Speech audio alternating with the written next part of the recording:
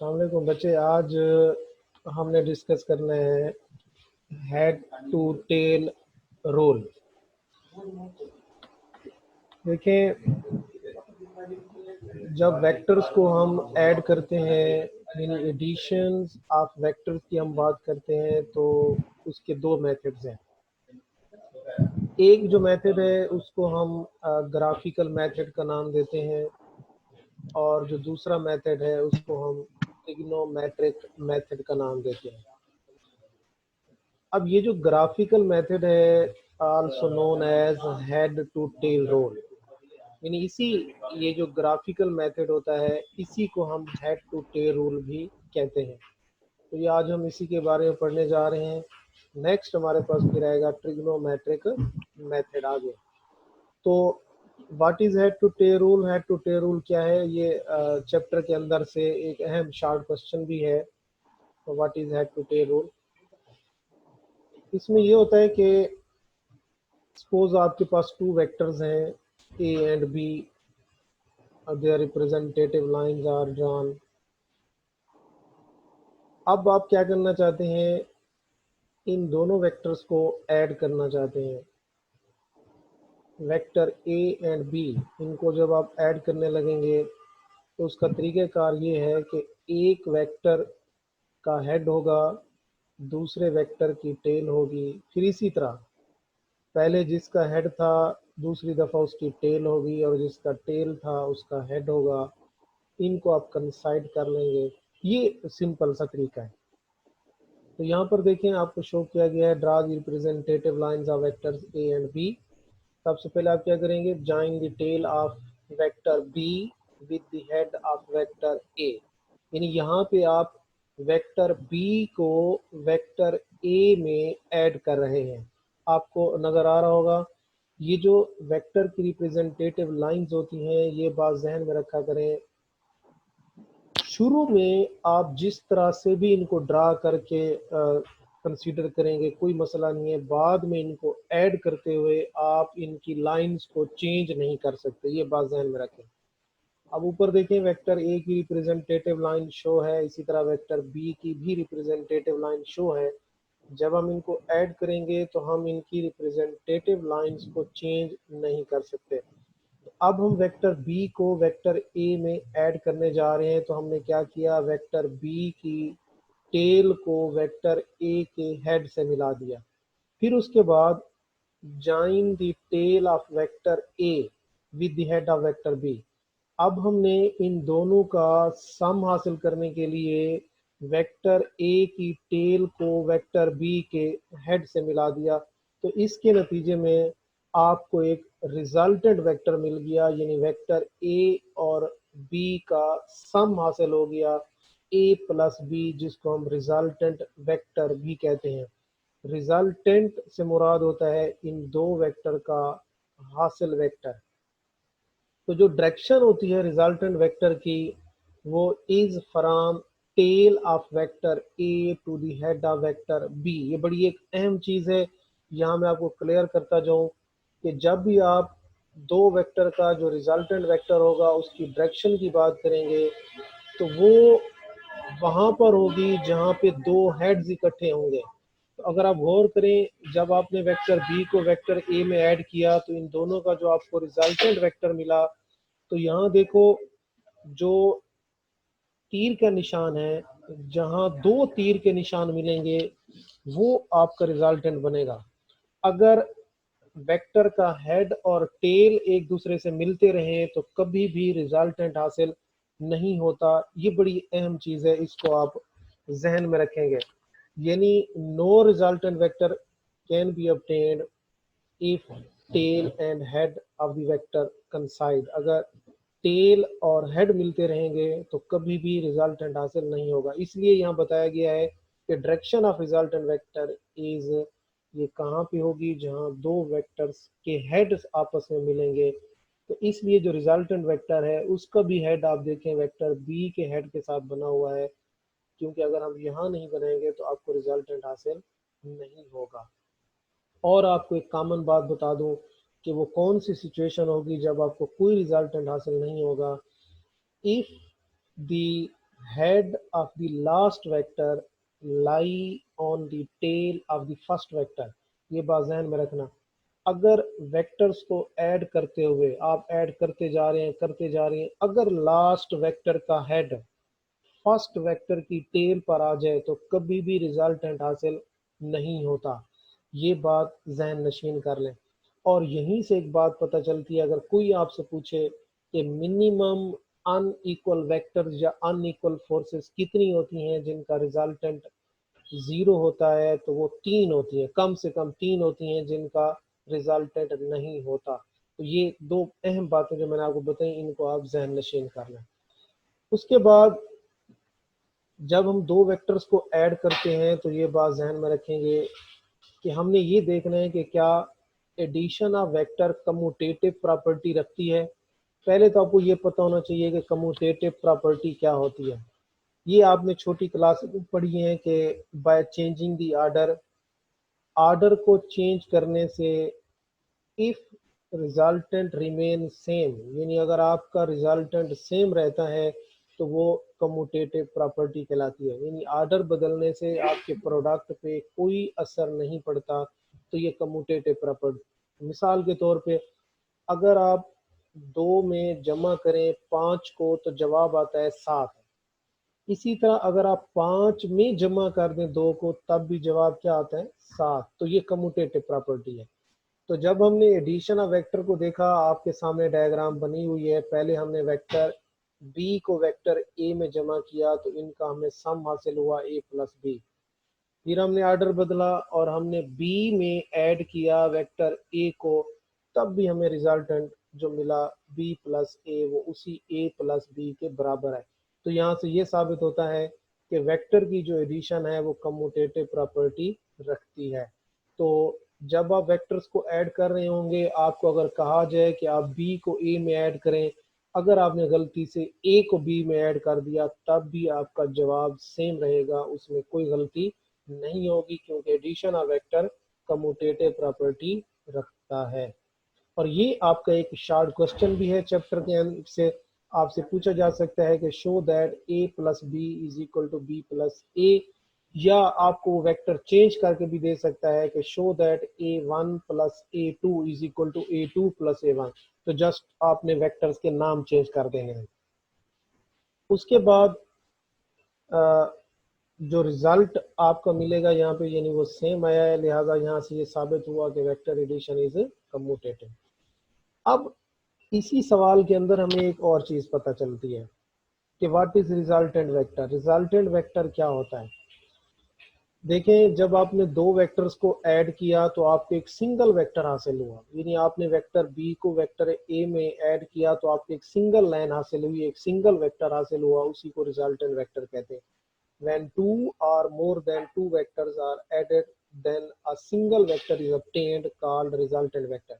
यहाँ जो बड़ी अहम बात है वो ये है कि बाज़ औक़ात आपके जहन में ये आ सकता है कि पहले वेक्टर दो थे तो अब वेक्टर एक हो गया है तो उसका इफेक्ट चेंज हो गया है। नहीं, ये गलत है।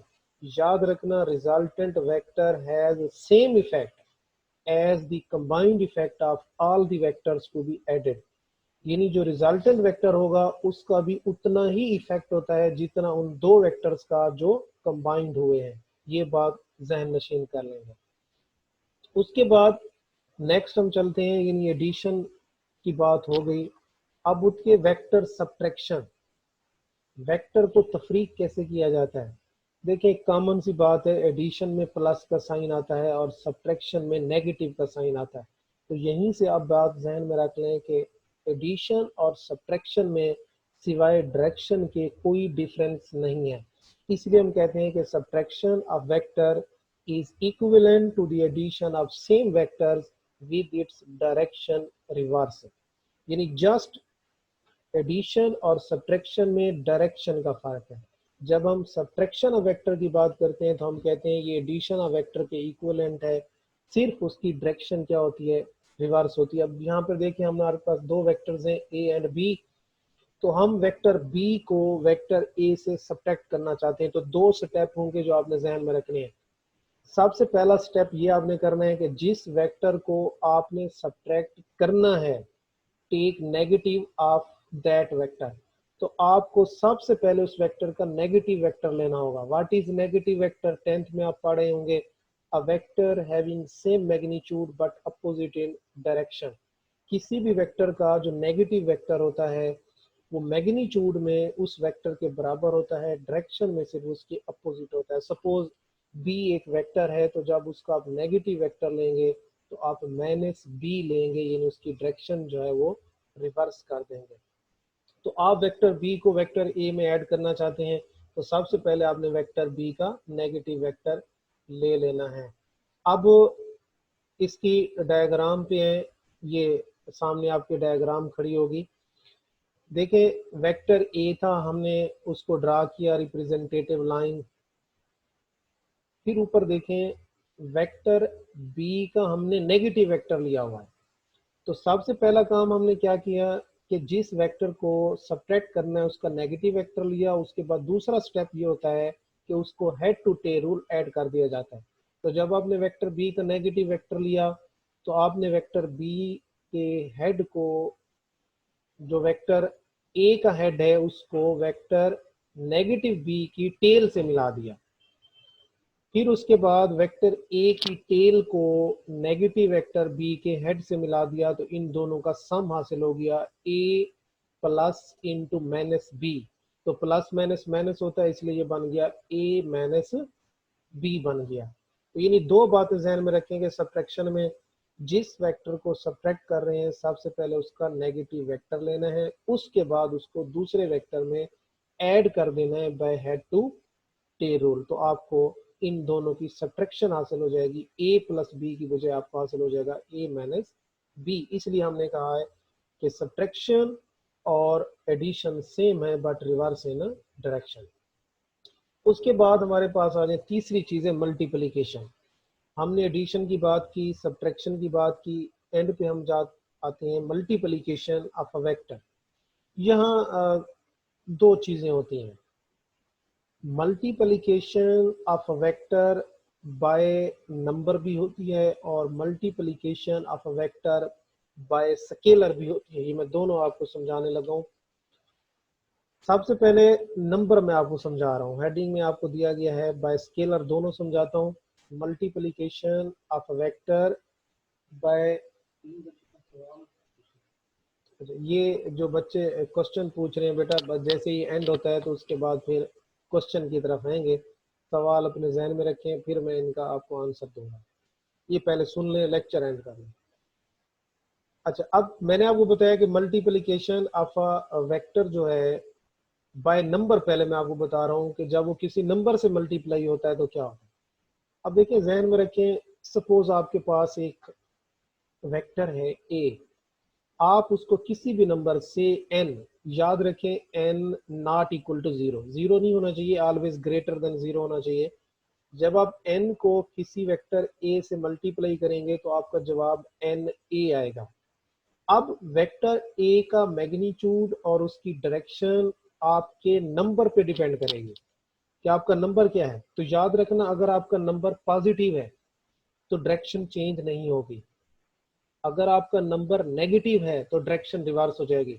आपके सामने डायग्राम बनी हुई है, एक वेक्टर ए है, अगर हम उसको किसी भी number n is equal two plus two से मल्टीप्लाई करते हैं तो वो 2a हो जाता है। यानी उस वेक्टर का मैग्नीट्यूड तो पहले से डबल हो गया, लेकिन उसकी डायरेक्शन पर आप देख रहे हैं कोई असर नहीं पड़ा। सेम इसी तरह अगर हम वेक्टर ए को किसी नेगेटिव नंबर से मल्टीप्लाई करते हैं, suppose n is equal to minus two है, तो आपको नजर आ रहा है, देखें कि मैग्नीट्यूड तो डबल हुआ है, साथ वेक्टर की डायरेक्शन भी रिवर्स हो गई है। तो हमें ये पता चला कि जब भी कोई वेक्टर किसी नंबर से मल्टीप्लाई होगा तो वेक्टर का मैग्नीट्यूड और उसकी डायरेक्शन उस नंबर पे डिपेंड करेगी। अगर आपका नंबर पॉजिटिव होगा तो डायरेक्शन रिमेन अनचेंज, अगर आपका नंबर नेगेटिव होगा तो उसकी डायरेक्शन रिवर्स हो जाएगी। दूसरी जो मैं आपको बात बता रहा था कि multiplication of a vector by scalar कैसे होती है। आपने 10th में एक इक्वेशन पढ़ी होगी, F is equal to M A, Newton second law of motion. अगर आप उस इक्वेशन पर गौर करें, F is equal to M A पर, m मैस है जो कि एक स्केलर है और a एक्सेलरेशन होता है जो कि एक वेक्टर है। तो यहाँ ये पता चल रहा है कि एक वेक्टर एक स्केलर से मल्टीप्लाई हो रहा है। तो याद रखना, जब भी एक वेक्टर एक स्केलर से मल्टीप्लाई होगा तो आपको एक न्यू क्वांटिटी मिलेगी। जैसे मास में एक्सेलरेशन से ज़रब खाई तो आपको फोर्स मिला, यानी एक नई क्वांटिटी मिल गई। अब जो फोर्स की डायमेंशन होगी वो इन दोनों क्वांटिटीज के बराबर होगी, यानी मैस की डायमेंशन और एक्सेलरेशन की डायमेंशन को जब आप मिलाएंगे तो वो फोर्स की बन जाएगी। इसी तरह आपने एक और इक्वेशन पढ़ी होगी मोमेंटम की, P is equal to M V. M mass है जो स्केलर है, वी वेलोसिटी है जो वेक्टर है। तो स्केलर ने वेक्टर से ज़रब खाई, आपको न्यू क्वांटिटी मोमेंटम मिला। तो मोमेंटम की जो डायमेंशन होती है वो इन दोनों क्वांटिटीज के बराबर होती है। तो ये तो बेटा थी हमारी मल्टीप्लिकेशन ऑफ अ वेक्टर, जो किसी नंबर से भी हो सकती है, किसी स्केलर से भी हो सकती है। तो आज के लेक्चर में हमने तीन चीज़ें सीखी। सबसे पहले हमने ये देखा कि वेक्टर की एडिशन क्या है। उसके बाद हमने ये देखा कि उसी के अंदर हमें ये पता चला कि वेक्टर एडिशन कम्यूटेटिव प्रॉपर्टी भी रखती है, यानी ऑर्डर चेंज होने से प्रोडक्ट सेम रहता है। उसी से हमें ये पता चला कि व्हाट इज रिजल्टेंट वेक्टर क्या है, जिसमें मैंने आपको ये भी बताया कि कब आपको रिजल्टेंट हासिल नहीं होगा। अगर एडिशन करते वक्त लास्ट वेक्टर का हेड फर्स्ट वेक्टर की टेल पर आ जाए तो कोई रिजल्टेंट हासिल नहीं होता। और मिनिमम अनइक्वल जो फोर्सेस होती हैं जिनका रिजल्टेंट जीरो होता है वो तीन होती है। फिर हमने सब्ट्रैक्शन को भी डिस्कस किया कि वेक्टर की जो सब्ट्रैक्शन होती है वो एडिशन के बिल्कुल सेम होती है, जस्ट रिवर्स इन डायरेक्शन होती है। यानी जिस वेक्टर को सब्ट्रैक्ट करना होता है सबसे पहले उसका नेगेटिव वेक्टर लेना होता है, फिर उसको head to tail rule add करना होता है। फिर मैंने आपको मल्टीप्लिकेशन बताई कि जब कोई वेक्टर मल्टीप्लाई होता है दो पॉसिबिलिटीज है, या तो वो किसी नंबर से मल्टीप्लाई होता है या वो किसी स्केलर से मल्टीप्लाई होता है। जब वो किसी नंबर से मल्टीप्लाई हो तो वेक्टर की डायरेक्शन और उसका मैग्नीट्यूड उस नंबर पर डिपेंड करता है। अगर नंबर पॉजिटिव होगा तो डायरेक्शन पर कोई असर नहीं पड़ेगा, अगर नंबर नेगेटिव होगा तो डायरेक्शन रिवर्स हो जाएगी। इसी तरह जब वेक्टर किसी स्केलर से मल्टीप्लाई होता है तो न्यू क्वांटिटी हासिल होती है और उस न्यू क्वांटिटी की डायमेंशन उन दोनों के इक्वल होती है। जी बेटा, अब बताएं क्वेश्चन। ये एक दफा मैं आपको ना सारी स्लाइड दिखा देता हूँ, ये आप देख लें। देखें, सबसे पहले आप लोगों के सामने खड़ी है हेड टू टेल रूल। ये तमाम बच्चे दोबारा देख लें slides. Head to tail rule देखें, मैंने आपको समझाया कि वेक्टर एक वेक्टर को दूसरे वेक्टर में ऐड करते हैं। साइड पे सिर्फ डायग्राम देख लें, आपको क्लियर हो जाएगा। दो वेक्टर ए और बी हमारे सामने यहाँ पे उनकी लाइन शो की गई है। तो जिस वेक्टर को ऐड करना होता है उसकी टेल होती है और जिसमें ऐड कर रहे होते हैं उसका हेड होता है। ये पहला स्टेप है। अच्छा, ये पहले वाली तो स्लाइड चेंज हुई नहीं? Yes sir. कौन सी वाली जो है ना स्लाइड चेंज नहीं हुई थी, कहाँ से? सर पहले से और आगे कोई चेंज नहीं हुई थी, सिर्फ पहली थी। अच्छा, पहले ठीक थी। अब ये जो कम्यूटेटिव आ गई है, यस सर। ये पहले चेंज हुई थी? ओ सर। अच्छा चलें इसको देख लें, कम्यूटेटिव वाली को। इसकी डायग्राम में देखिए, मैंने आपको समझाया ना कि कैसे वेक्टर एडिशन कम्यूटेटिव होती है। पहले हमने क्या किया, वेक्टर बी को वेक्टर ए में ऐड किया हुआ है तो इनका रिजल्टेंट है ए प्लस बी। फिर हमने वेक्टर बी में वेक्टर ए को ऐड किया हुआ है, लेकिन दोनों की कंडीशन में देखें उनका रिजल्टेंट सेम है। तो इसका मतलब यह है कि वेक्टर की जमा कम्यूटेटिव प्रॉपर्टी रखती है, यानी ऑर्डर चेंज होने से अगर आपका प्रोडक्ट सेम रहे तो ये कम्यूटेटिव प्रॉपर्टी कहलाती है। इसी तरह फिर इसी में से हमने देखा रिजल्टेंट वेक्टर। जब हम दो या दो से ज्यादा वेक्टर को ऐड करते हैं तो हमें सिंगल वेक्टर हासिल होता है, उसको रिजल्टेंट वेक्टर कहते हैं। यहीं पे नीचे आपको डायग्राम नजर आ रही है सब्ट्रैक्शन ऑफ अ वेक्टर की। मैंने आपको समझाया कि जो वेक्टर की सब्ट्रैक्शन होती है वो एडिशन के इक्विवेलेंट होती है, बट रिवर्स इन डायरेक्शन। तो जब भी किसी वेक्टर को सब्ट्रैक्ट करना होता है तो सबसे पहले उसका नेगेटिव वेक्टर लिया जाता है। तो अभी मैंने आपको जो पहले देखें डायग्राम शो की हुई है इधर, शुरू में वेक्टर बी की देखें, जब हम इसका नेगेटिव वेक्टर लेंगे तो इसकी डायरेक्शन रिवर्स हो जाएगी, जो अब आपको इस डायग्राम में नजर आ रहा है नेगेटिव बी। यानी जिस वेक्टर को सब्ट्रैक्ट करना है, take negative of that vector, उसका नेगेटिव ले लेना है, फिर उसके बाद add them by head to tail rule. तो आपने वेक्टर बी का नेगेटिव वेक्टर लिया और उसको वेक्टर ए में ऐड कर दिया, तो आपको इन दोनों का जो है ना डिफरेंस हासिल हो गया, यानी ए माइनस बी, ये सब्ट्रैक्शन है। इसी तरह फिर मैंने आपको समझाई मल्टीप्लिकेशन। मैंने आपको कहा कि जो मल्टीप्लिकेशन है वेक्टर की, वो किसी नंबर से भी हो सकती है, किसी स्केलर से भी हो सकती है। जब नंबर ज़रब खाता है तो शर्त ये होती है कि वो नंबर जीरो नहीं होना चाहिए, ग्रेटर देन जीरो होना चाहिए। तो जब भी कोई वेक्टर किसी नंबर से मल्टीप्लाई होता है तो वेक्टर का मैग्नीट्यूड और उसकी डायरेक्शन उसी नंबर पे डिपेंड करती है। अगर आपका नंबर पॉजिटिव होगा तो वेक्टर की डायरेक्शन चेंज नहीं होगी, अगर नेगेटिव होगा तो वेक्टर की डायरेक्शन रिवर्स हो जाएगी। यहाँ आपके सामने डायग्राम शो की गई है। पहले वेक्टर ए है, उसको जब नंबर 2 से मल्टीप्लाई किया गया तो मैग्नीट्यूड तो बढ़ गया लेकिन डायरेक्शन सेम रही। दूसरी डायग्राम में देखें, जब उसी वेक्टर ए को -2 से मल्टीप्लाई किया गया तो मैग्नीट्यूड के साथ साथ डायरेक्शन भी चेंज हो गई है, उलट हो गई है। दूसरा मैंने आपको बताया जब वेक्टर किसी स्केलर से ज़रब खाते हैं, तो मैंने आपको एक ज़बानी एग्जांपल दी एक मोमेंटम की, P is equal to M V, और एक मैंने दी F is equal to M A. मैं स्केलर है, एक्सेलरेशन वेक्टर है, वेक्टर स्केलर से ज़रब खाता है तो न्यू क्वांटिटी फोर्स हासिल होती है, तो फोर्स की डायमेंशन इन दोनों के इक्वल होगी। तो ये हमारी चीज़ें थी आज के लेक्चर के हवाले से।